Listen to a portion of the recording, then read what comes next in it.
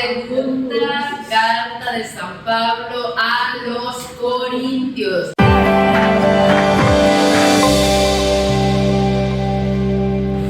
Dios te salve María, llena eres de gracia, el Señor es contigo, bendita tú eres entre todas las mujeres y bendito es el fruto de tu vientre Jesús. Santa María, Madre de Dios, ruega por nosotros pecadores, ahora y en la hora de nuestra muerte. Amén. San Gabriel, Ruega por nosotros. San Pablo, Ruega por nosotros. Bienvenidas todos y todas a nuestra clase sobre ¿qué libro vamos a estudiar hoy? Segunda carta de San Pablo a los Corintios. A los que nos están viendo por YouTube, ya dennos me gusta, ya confíen en que les va a gustar. Y bueno, y la comparten, y si no se han suscrito, suscríbanse. Ayúdennos a evangelizar. Muy bien, ya vimos la semana pasada la primera carta de San Pablo a los Corintios y vimos que era la iglesia que él había fundado, estaba de verdad con una cantidad de problemas. ¿Se recuerdan algunos de los problemas que tenían? Las reuniones eran muy desordenadas porque estaban tan enriquecidos con los dones.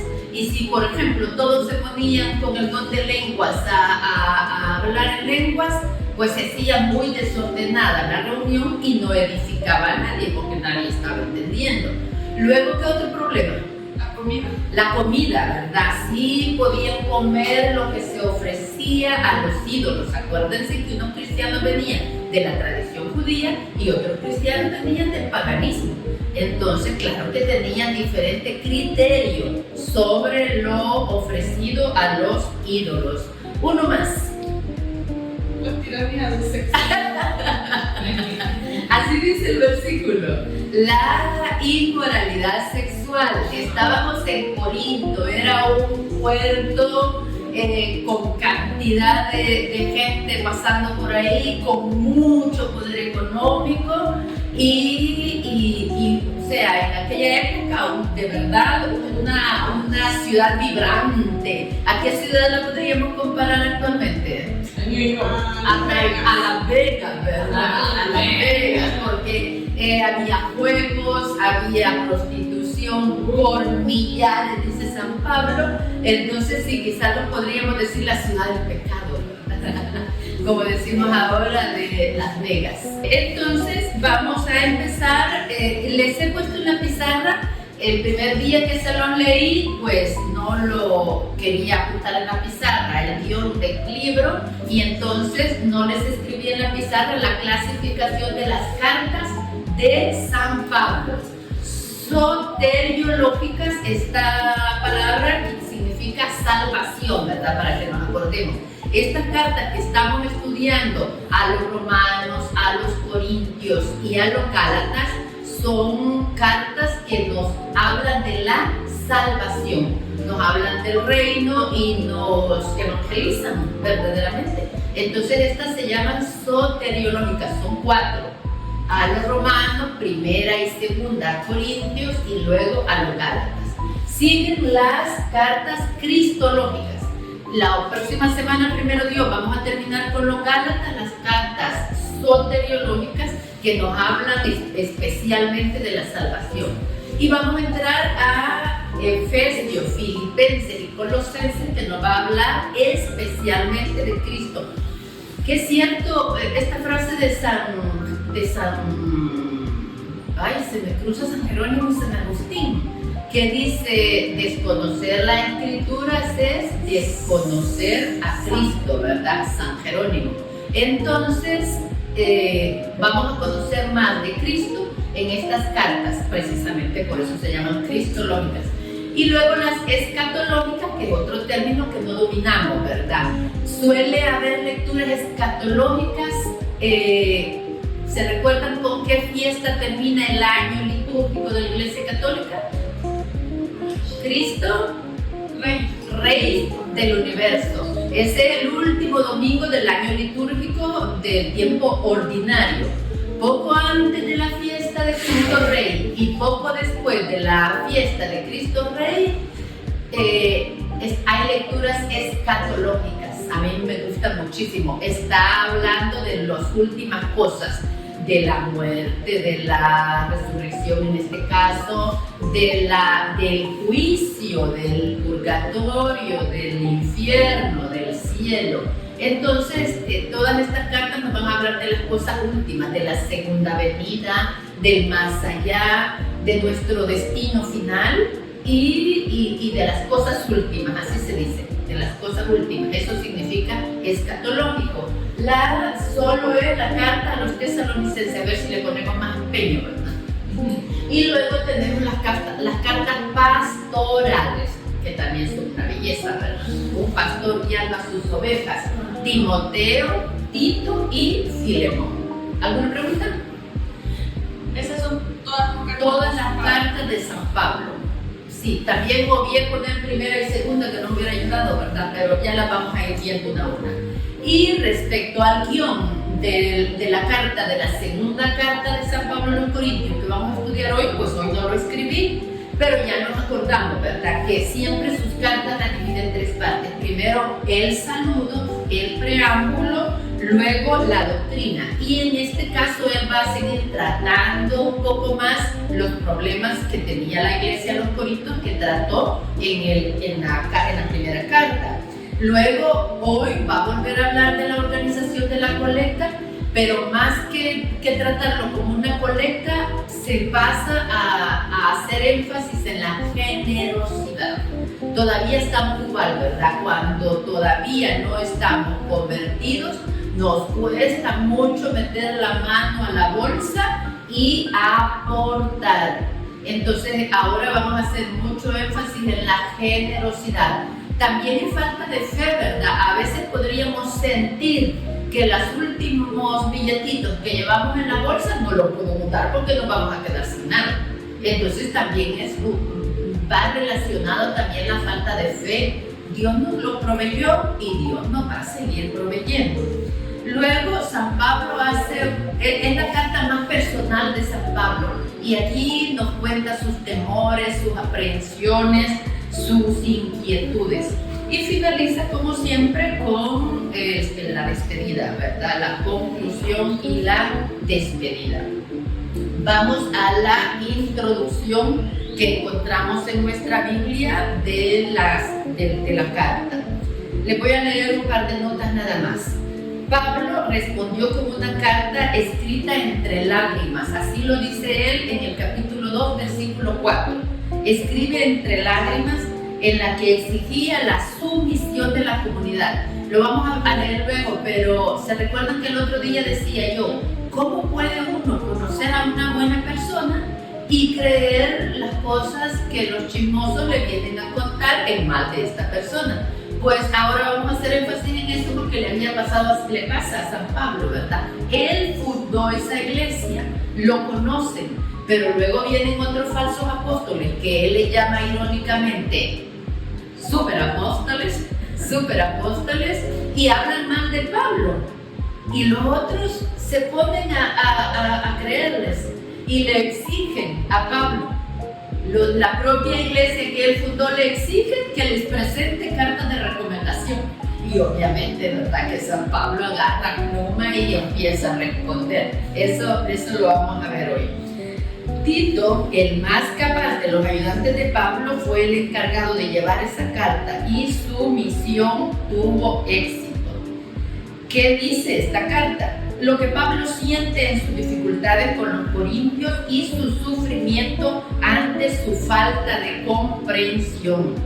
Esto es a la vez poco y mucho, pues Pablo era incapaz de hablar de sí mismo sin hablar de Cristo.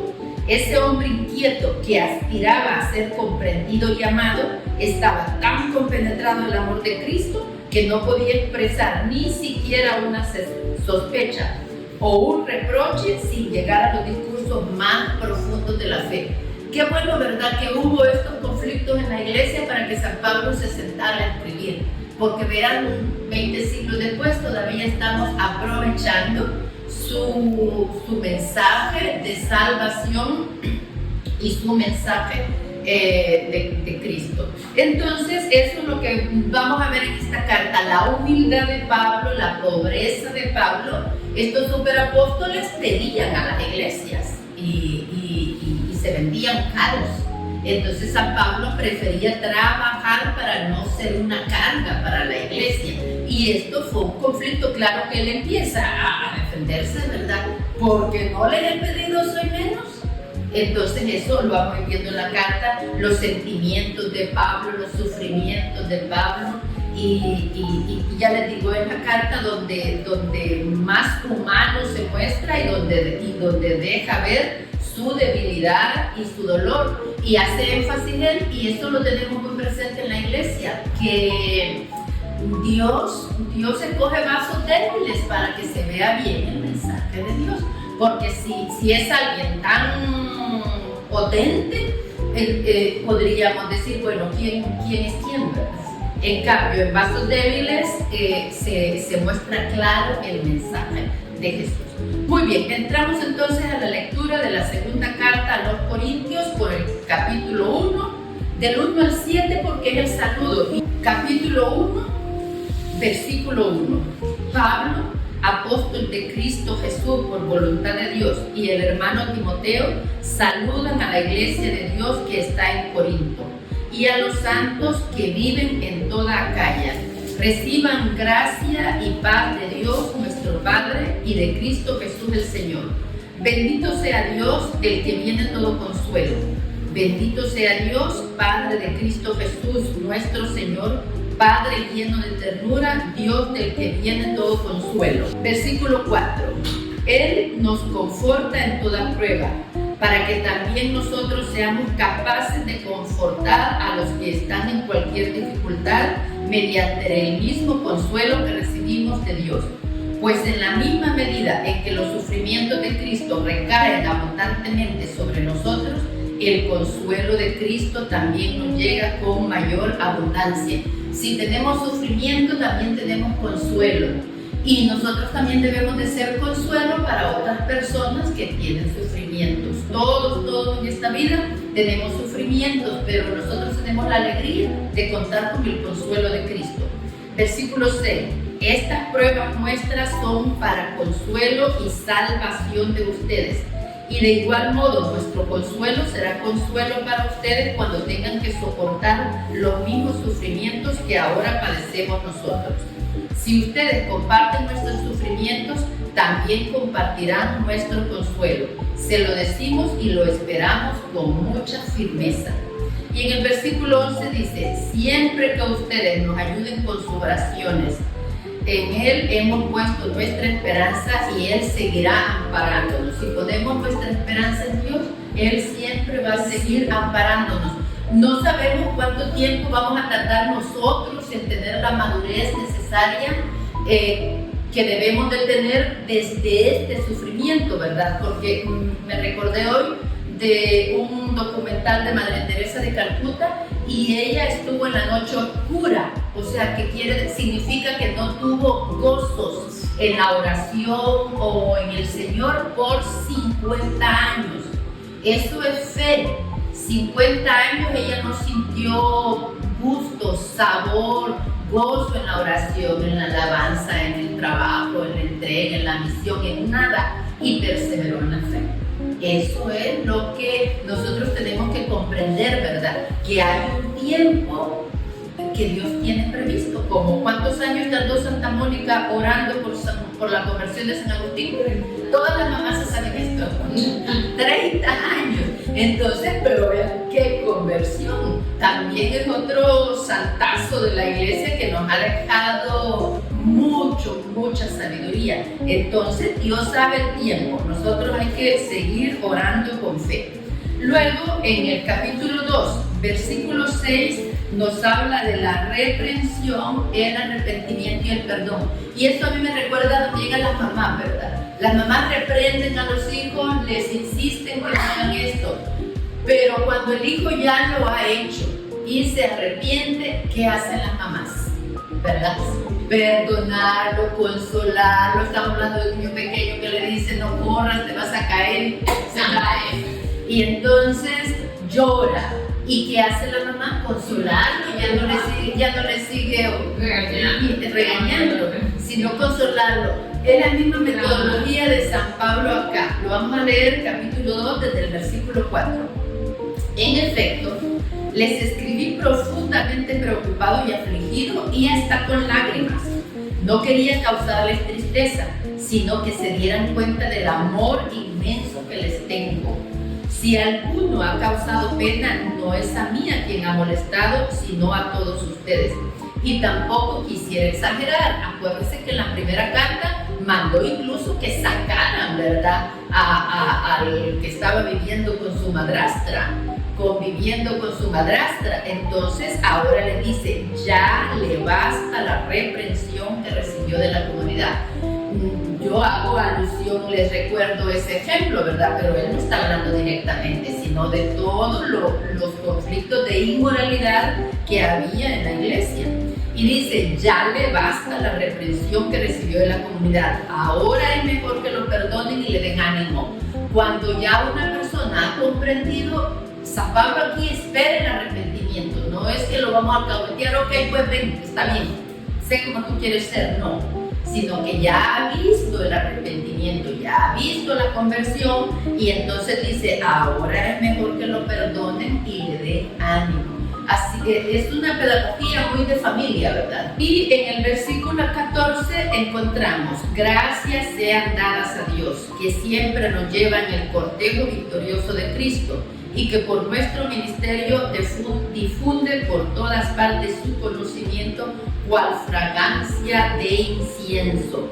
Si Cristo es la víctima, nosotros somos la fragancia que sube del sacrificio hacia Dios y la perciben tanto los que se salvan como los que se pierden. Y nos decía San José María Escrivá, ¿verdad?, que no diéramos grandes señales de nuestro ministerio, que oliéramos a Cristo. Entonces, ese es nuestro objetivo, ¿verdad? No como los superapóstoles andar haciendo grandes campañas a favor nuestro a través del mensaje de Cristo, sino oler a Cristo, que la gente intuya, perciba algo que nos hace cristianos. Ay, me recordé de Mahatma Gandhi que decía, el cristianismo es una maravilla, pero los cristianos dejan mucho que desear. Entonces vean qué crítica, ¿verdad? Qué crítica, el cristianismo es lo máximo, pero los cristianos no dan la talla, nos falta olor a Cristo, ¿verdad? Entonces tenemos que esforzarnos. En el capítulo 3, versículo 7, habla de la dignidad del ministerio. Vamos a leerlo. Capítulo 3, lo voy a leer desde el versículo 2. Ustedes mismos son... bueno, voy a retomar con una idea distinta. El capítulo 3 empieza la dignidad eminente de los ministros de Cristo. Quiero tocar ese tema, pero antes voy a hacer este apartado. Voy a recomendarme otra vez. ¿Deberían acaso llevar cartas de recomendación de ustedes o para ustedes como hacen otros? Ustedes mismos son nuestra carta de recomendación. Era lo que les mencionaba, ¿verdad? Ellos le estaban pidiendo a Pablo cartas de recomendación. Y esta es la respuesta de él. Ustedes mismos son nuestra carta de recomendación. Es una carta escrita en el interior de las personas, pero que todos pueden leer y entender. Nadie puede negar que ustedes son una carta de Cristo, de la que hemos sido instrumentos, escrita o no con tinta, escrita no con tinta, sino con el Espíritu del Dios vivo. Carta no grabada en tablas de piedra, sino en corazones humanos.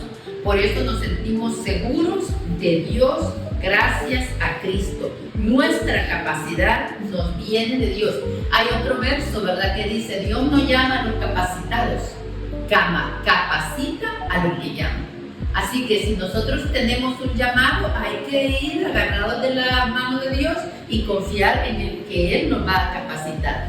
Entonces aquí los corintios le estaban pidiendo cartas de recomendación a Pablo y él dice, ¿qué me estás pidiendo? Tú mismo eres mi carta de recomendación, no escrito en tablas. ¿A qué se está refiriendo? A los 10 mandamientos. No escrito en tablas, sino escrito en corazones. no con tinta, sino con el Espíritu Santo.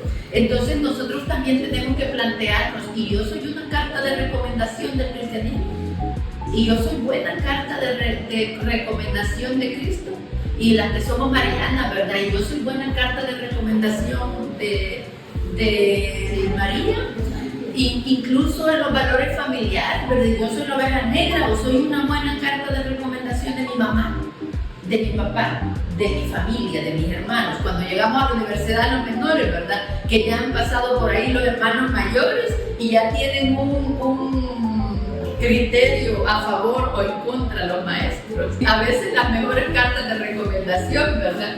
Entonces, hagámonos siempre esa pregunta, ¿verdad? Y yo soy buena carta de recomendación de mis clases de Biblia, de mis lecturas bíblicas, de la iglesia a la que asisto, del grupo litúrgico al que sirvo.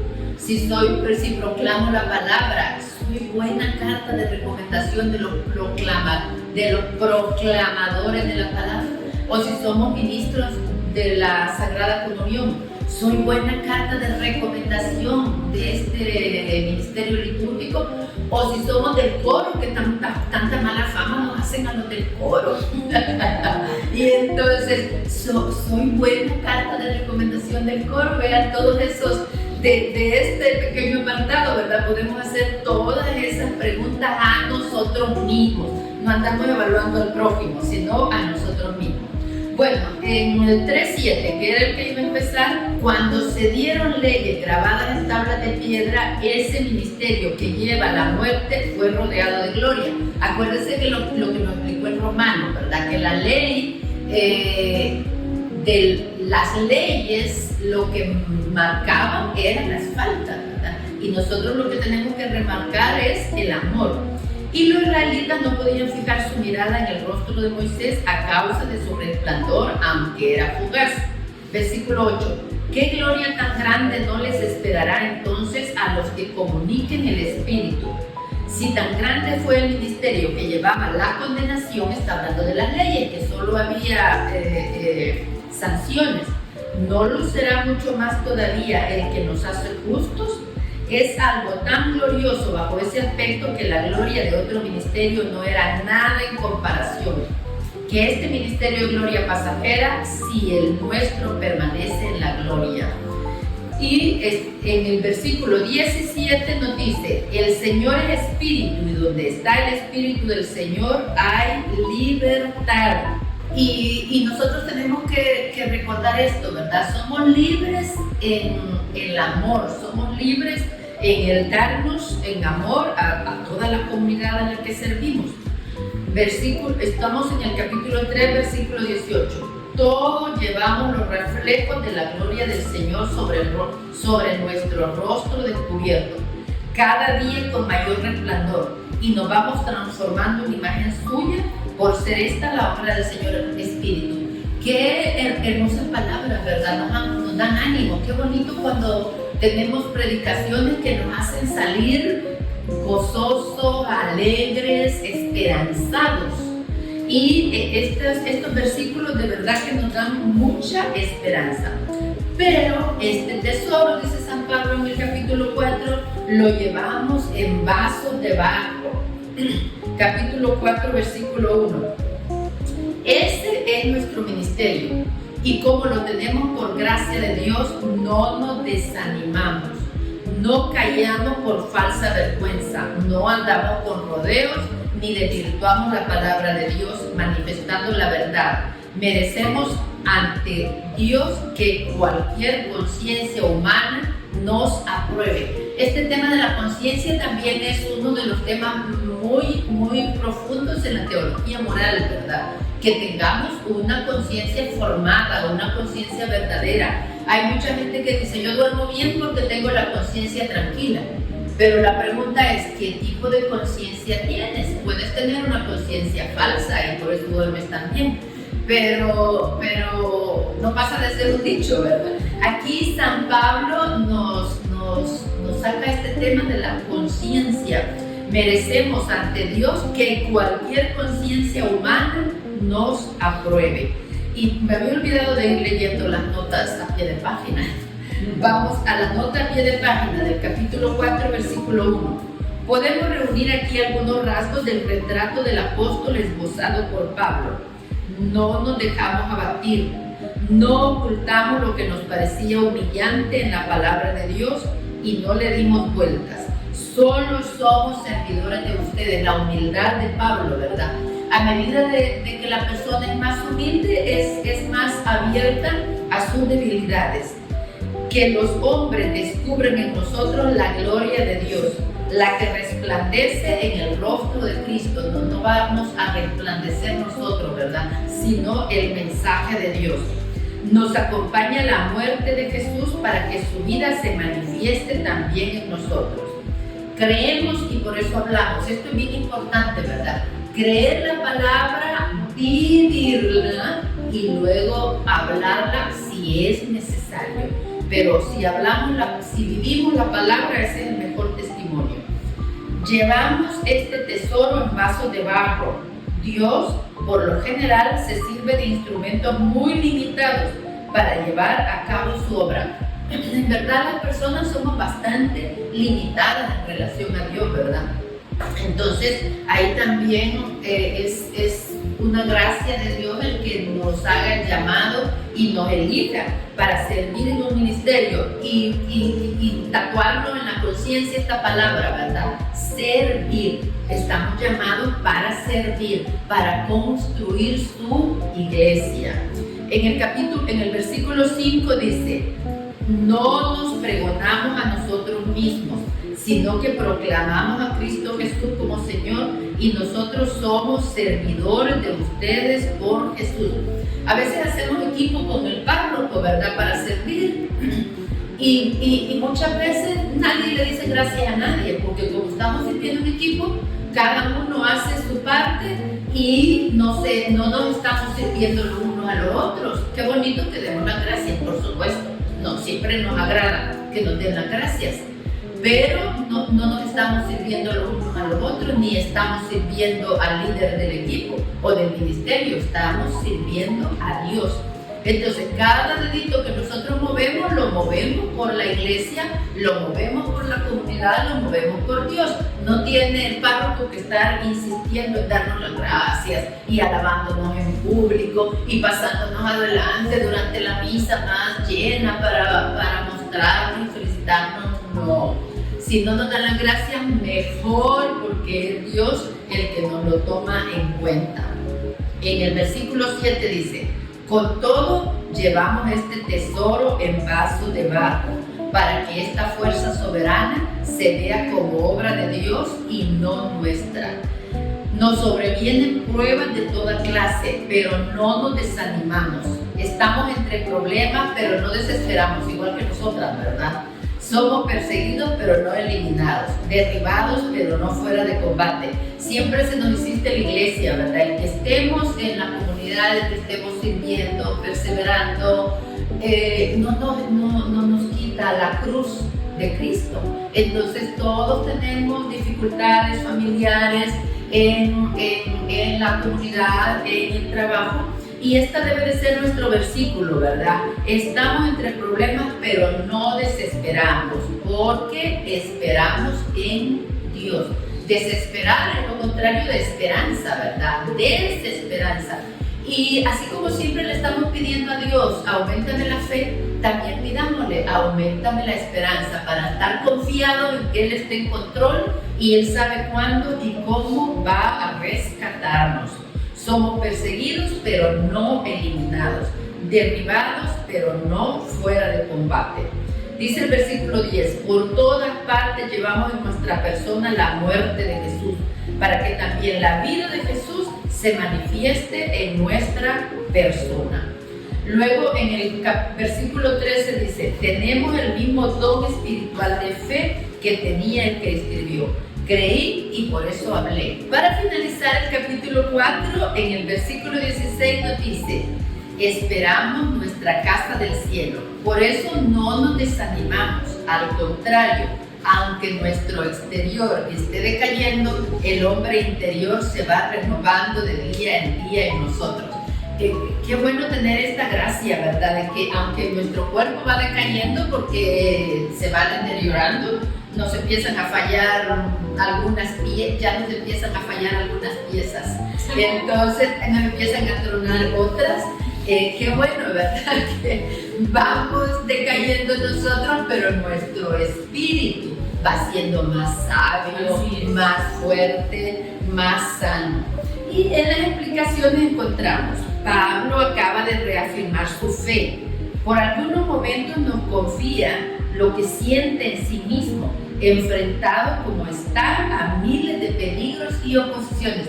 Al final les quiero remarcar un testimonio que da San Pablo, ¿verdad? De todos los sufrimientos que ha padecido, de todos los retos que ha superado.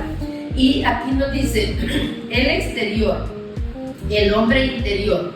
Con estos dos términos Pablo retoma lo que ya había dicho en Romanos. Ahí había opuesto la carne al espíritu.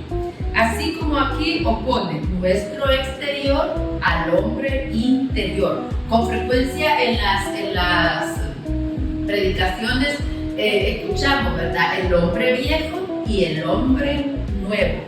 Pero aquí nos participa su propia experiencia al ver que se hace más activa la presencia de Dios, al mismo tiempo que siente en él el desgaste precoz. Siempre he tenido muy buenas relaciones con personas mayores y la gente ya, cuando yo tenía 20, 25 y gente de 70, 75 me decía que yo me siento joven.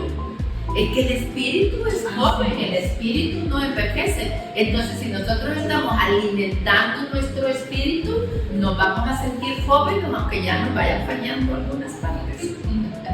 Bueno, nos vamos al capítulo 6, 4, que nos habla del apóstol. Ya me venía ignorando las explicaciones, pero aquí sí les voy a ignorar a propósito. Voy a tratar de leerlo más pausado porque es tan claro, pues, cómo debe de ser el apóstol. Y nosotros vayamos examinándonos a la vez, ¿verdad? Sí, en mi apostolado yo estoy actuando de este modo. Capítulo 6, 1. Somos, pues, los ayudantes de Dios.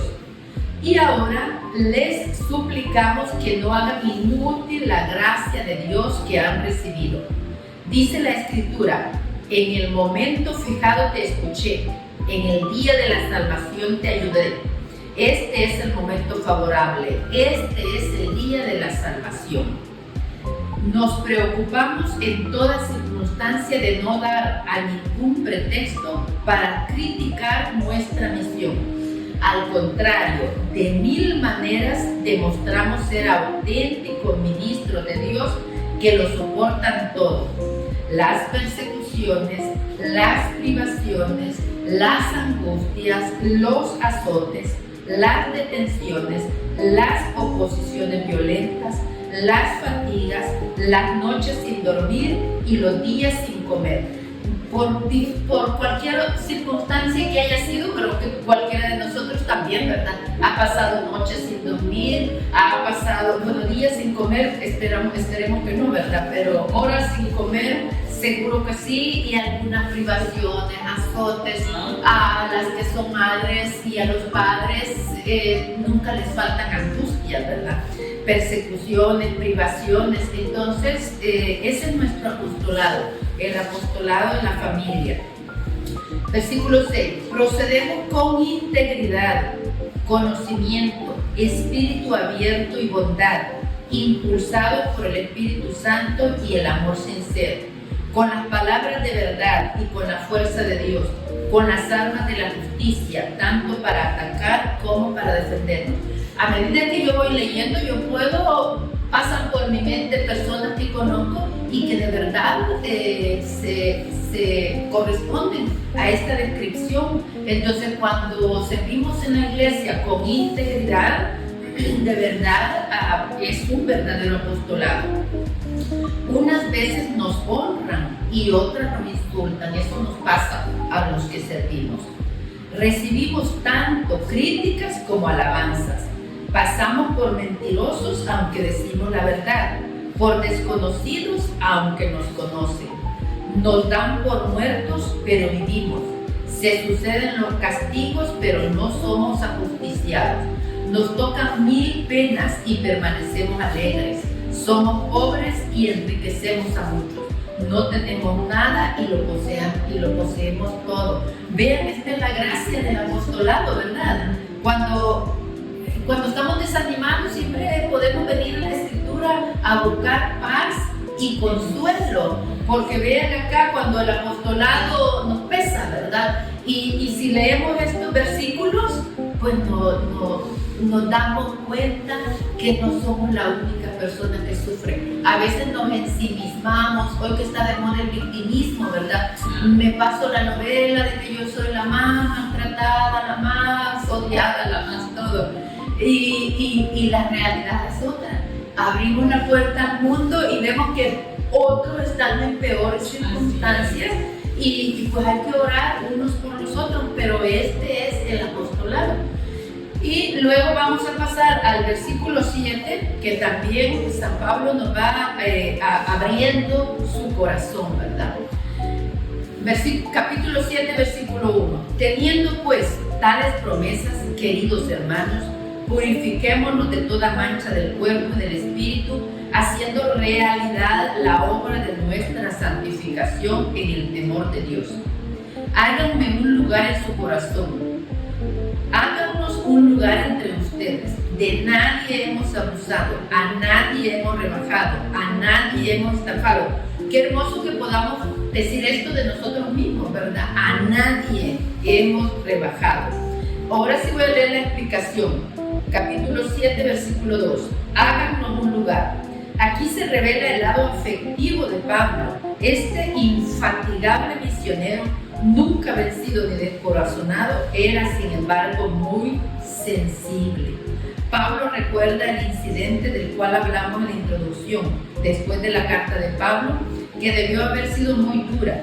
Los corintios se habían arrepentido, habían seguido a Pablo y habían puesto en su lugar a los que lo habían ofendido. Dice el versículo 8, si les causé tristeza con mi carta, no lo lamento. Y si antes lo pude sentir, pues esa carta de momento les causó pesar, ahora me alegro. No por su tristeza, sino porque esa tristeza lo llevó al arrepentimiento. Esa tristeza venía de Dios, de manera que ningún mal le sobrevino por causa nuestra. La tristeza que viene de Dios lleva al arrepentimiento y realiza una obra de salvación que no se perderá. Habla San Pablo de esta tristeza que viene del arrepentimiento de la falta, del arrepentimiento del pecado. Esa tristeza viene de Dios. Hay que saber diferenciar, ¿verdad? La tristeza que viene del enemigo y la tristeza que viene de Dios. Luego, en el versículo 10, ya lo leí. Vamos entonces al 8:7, capítulo 8, versículo 7. No, aquí sí ya nos empieza a hablar de la generosidad. Y ustedes, que sobresalen en todo, en dones de fe, de palabra y de conocimiento, en entusiasmo, sin hablar del amor que me profesan, traten de sobresalir también en esta obra de generosidad. Había en Jerusalén una hambruna. Entonces toda la iglesia estaba haciendo colectas para mandar a sus hermanos de Jerusalén. Esto funciona así en los ministerios. Unos te fortalecen con tu fe, otros te sostienen con su amistad y otros te dan dinero, porque todo es necesario. Entonces, San Pablo aquí llama a la generosidad. Es un llamado que nos tenemos que tomar personal. Nunca dejarnos ganar en generosidad. Dios nunca se deja ganar en generosidad, así que lo que nosotros hagamos, Él nos va a dar, ¿cuánto? 100 por 1, ¿verdad? Y más, ¿cierto? Y más. Entonces voy a ir leyendo estos versículos que nos van animando a ser generosos. Acuérdense que ser generoso es darse uno mismo, no solo dar tú tesoro, sino también dar tu talento y también dar tu tiempo, porque hoy está de moda que no tenemos tiempo para nada, ¿verdad? Es que las series de Netflix están muy buenas y nos quitan un tiempo valioso. Así que también tenemos que ser generosos con nuestro tiempo para dedicarle al hermano y para dedicarle a Dios. Versículo 9. Ya conocen la generosidad de Cristo Jesús, nuestro Señor, que siendo rico se hizo pobre por nosotros para que su pobreza nos hiciera ricos. Es nuestro principal modelo de generosidad, ¿verdad? Cristo se dio todo, hasta su última gota de sangre, hasta su último aliento. Entonces ese es nuestro modelo. Estamos en el capítulo 8, versículo 11. Concluyan pues esa obra. Lo que se ha decidido con entusiasmo debe ser llevado a cabo según las propias posibilidades. Los corintios ya habían decidido hacer una colecta, ya habían ofrecido esta colecta, pero ya llevaban un año y no la habían concluido. Entonces por eso les dice él, concluyan pues esa obra. Lo que se ha decidido con entusiasmo debe ser llevado a cabo según nuestras propias posibilidades. También nosotros hacemos propósito, ¿verdad? Con entusiasmo. Y luego el entusiasmo se nos va decayendo y hasta se nos olvidan los propósitos. Así que hay que coger tinta, ¿verdad? Y apuntar nuestros propósitos y tener en el refrigerador, ¿verdad? Los post-it plegados para que no se nos olviden los propósitos de la cabecera de la cama donde corresponda. Pero que eso que nos proponemos con entusiasmo, porque nosotros ahora que está la clase, híjole, ¿verdad? Con gran entusiasmo vamos a venir la próxima semana. Y luego como que el ánimo se nos va decayendo y ya faltamos de cuando en cuando. Entonces hay que ser constantes y mantener el entusiasmo.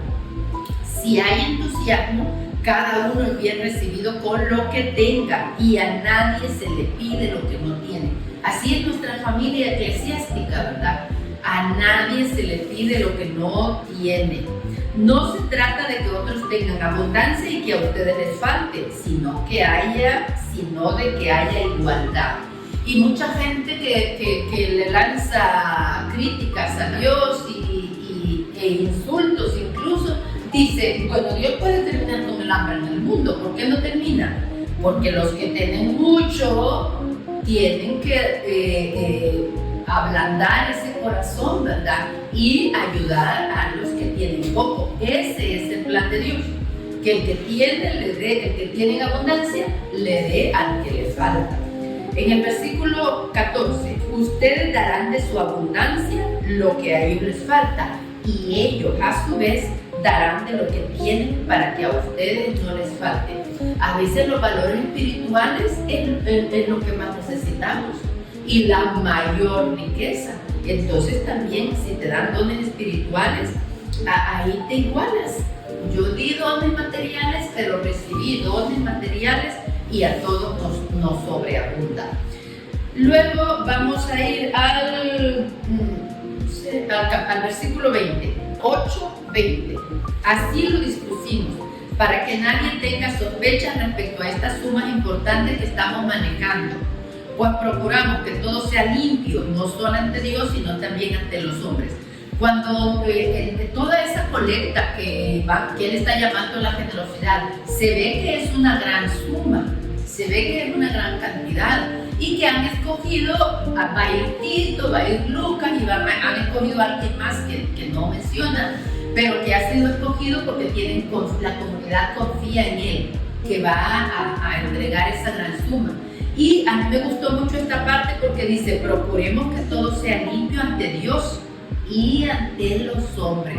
Con cualquier centavo que nosotros recibimos, tenemos que ser claros en las cuentas que le damos a la comunidad. No ofenderlos porque duda de mi integridad. No ofendernos, que antes de que nos pregunten, nosotros rendir cuentas. Para todos en las comunidades siempre hay alguien que maneja el dinero. Capítulo 11, versículo 21, perdón, 8:21 dije, 8:21. Procuramos que todo sea limpio, no solo ante Dios, sino también ante los hombres. Vamos al capítulo 9, nos sigue hablando de la generosidad. Capítulo 9, versículo 6. Miren, el que siembra con mezquindad cosechará. Y el que siembra sin calcular, cosechará también fuera de todo cálculo. Cada uno dé según lo que decidió personalmente y no de mala gana o a la fuerza, pues Dios ama al que da con corazón alegre. Esto lo encontramos en Proverbios 22:8. Dios ama al dador alegre. También Madre Teresa de Calcuta nos dejó una hermosa frase, ¿verdad? Da hasta que te duela y sigue dando hasta que te deje de doler, porque a veces nos duele dar por esa falta de fe y de confianza, y que pensamos que nos va a faltar, que tenemos un temor natural a la pobreza y pensamos que vamos a caer en la pobreza y nos imaginamos la peor escena, ¿verdad? Y nos olvidamos que Dios es el que está sosteniéndonos y ya nos dio ayer, ¿por qué no nos va a dar mañana? Hay que tener eso claro, ¿verdad? Y poderoso es Dios para bendecirles de 1000 maneras, de modo que nunca les falte nada y puedan al mismo tiempo cooperar en toda obra buena. Ya les conté ese chiste de los billetes. No es un chiste propiamente, es una historia. Hay una reunión, los billetes se encuentran y el billete de $100 está presumiendo de que va a los mejores restaurantes, de que viaja mucho, y el billete de 50 le dice: yo también viajo, pues no voy a los mejores hoteles, pero también viajo. Y el billete de 10: yo también salgo, de 20, ¿no? El billete de 20: yo también salgo mucho, voy al supermercado, voy a las tiendas. Y el billete, por fin le toca el billete de 1, ¿verdad? Y dice: no, dice, yo también salgo mucho, dice, yo todos los domingos voy a la iglesia católica. Yo les he contado esta historia, porque yo tengo amigos de todas las iglesias, les he contado esta historia a amigas protestantes y se quedan perplejos. ¿Cómo que $1 a la semana si ellos dan el diezmo? Entonces, sí. Entonces hay que tener esto, hay que recordar esto. Dios ama al dador alegre. Demos lo más que podamos y démoslo con alegría. Muy bien, ya nos reímos un poquito. Acuérdense que siembra con mezquindad, cosecha con mezquindad. Ahora no me acuerdo la frase en inglés, pero aprendí una frase que la idea era de que el trabajador que nunca trabaja más de lo que le pagan, nunca va a recibir más de lo que trabaja. Entonces también en los trabajos, me gusta esta filosofía de Estados Unidos, ¿verdad? De correr la extra milla. Esto viene de la iglesia, correr la milla extra viene de la iglesia, porque nos dice en la escritura, ahora no sé cuál versículo, no recuerdo cuál versículo, pero dice de que cuando el cirineo le ayudó a Jesús con la cruz, era una tradición de que los soldados, cuando iban cargados, tenían derecho, si encontraban un ciudadano, a pedirle que le ayudara, y el derecho era una milla. Tenía derecho a que un ciudadano que encontrara le ayudara con toda su carga del soldado, una milla. Entonces, pero si le ayudaba a 2, esa era ya la extra milla, ¿verdad? Entonces nosotros en el hogar, en el trabajo, en la comunidad, acostumbrémonos a correr la extra milla, a correr una milla extra, en el trabajo dar una milla extra, en la casa dar una milla extra, en la limpieza una milla extra. Entonces, Dios ama al dador alegre, y así calladito y de buen modo, ¿verdad? Calladito, rápido y de buen modo. Ay, qué hermoso modo. Vamos a la obediencia. Capítulo 10, versículo 3. Humana es mi condición, pero no lo es mi combate. O sea, San Pablo está diciendo que llevamos este tesoro en vasos de barro, ¿verdad? Sí, humana es nuestra condición, pero no lo es el combate. Nuestras armas no son las humanas, sino las que tienen la fuerza de Dios para destruir fortalezas. Todos esos argumentos y esa soberbia que se oponen al conocimiento de Dios. Haremos todo pensamiento cautivo para someterlo a Cristo y estamos dispuestos a castigar toda desobediencia en cuanto contemos con la total obediencia de ustedes. Es hermoso trabajar en ministerios donde la gente pero tiene un carácter dócil. Cuando una persona dentro de un ministerio tiene un carácter rebelde y todo tiene que ser de su manera y todo tiene que ser al contrario de lo que el resto quiere, es muy difícil trabajar con una persona así. Entonces vean aquí nos lo hace énfasis San Pablo, ¿verdad? Esa soberbia se opone al conocimiento de Dios. A veces es orgullo, es soberbia pensar que nosotros tenemos la mejor respuesta, la mejor solución, la mejor acción en los lugares. Entonces si el grupo ya decidió algo, pues obediencia, hay que obedecer. Hace muchos años leí de una historia de una religiosa que la Madre Superiora, para ejercitar su obediencia, le mandó plantar una matita, Dios sabrá de qué, al revés. Por fuera las raíces y en la tierra las hojas, ¿verdad? Por obediencia lo hizo y esa planta retoñó, dice la historia. Entonces a Dios le es tan grata la obediencia, pero quizá es la virtud que más nos cuesta. Es la virtud que más nos cuesta y a Dios le es tan grata que a veces yo cuando daba clases de alumnos de confirmación les decía yo, cuando no estés de acuerdo con tu papá, con tu mamá, solo dile, porque tú lo dices, lo haré. Ven que San Pedro no estaba de acuerdo con Cristo que le dice tira las redes. San Pedro era el que salía de pesca y le dice que tira las redes donde naturalmente no hay peces, no es un lugar para pescar. Y Pedro le responde, porque tú lo dices, lo haré. Entonces yo a estos alumnos adolescentes, ¿verdad? Que es cuando hay más choque con los papás, entonces les decía yo, mira, obediencia, dile, porque tú lo dices, lo haré. Y ya está. Y hazlo, ¿verdad? Es importante que a veces a nosotros mismos nos digamos, porque tú lo dices, lo haré. Obediencia. Voy a ir ya directo al 9, no, ya pasé al 11:23. 11:23. Empiezo a hablar como un loco, yo no lo soy más que ellos. Y aquí da su testimonio, ¿verdad? Cuando se está comparando con los superapóstoles que él le llama irónicamente.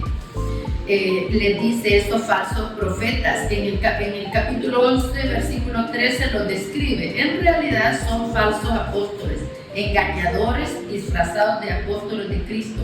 Y no hay que maravillarse, pues si Satanás se disfraza de ángel de luz, no es mucho que sus servidores se disfracen también de servidores del bien.